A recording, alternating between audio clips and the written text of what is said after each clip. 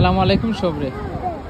রাস্তা বাই যাওয়ার পথে দৃষ্টিনন্দন একটা সাইকেল দেখলাম, তো কই যে আপনারা ভিডিওটা শেয়ার করি।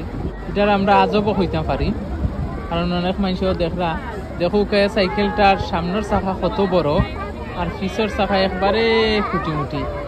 আমরা সবই জানি যে সাইকেল চালানি আমরা স্বাস্থ্যর লাগে অনেক উপকার, তাই বলে ইটা সাইকেল আমরা চালাইতাম পারবো নি?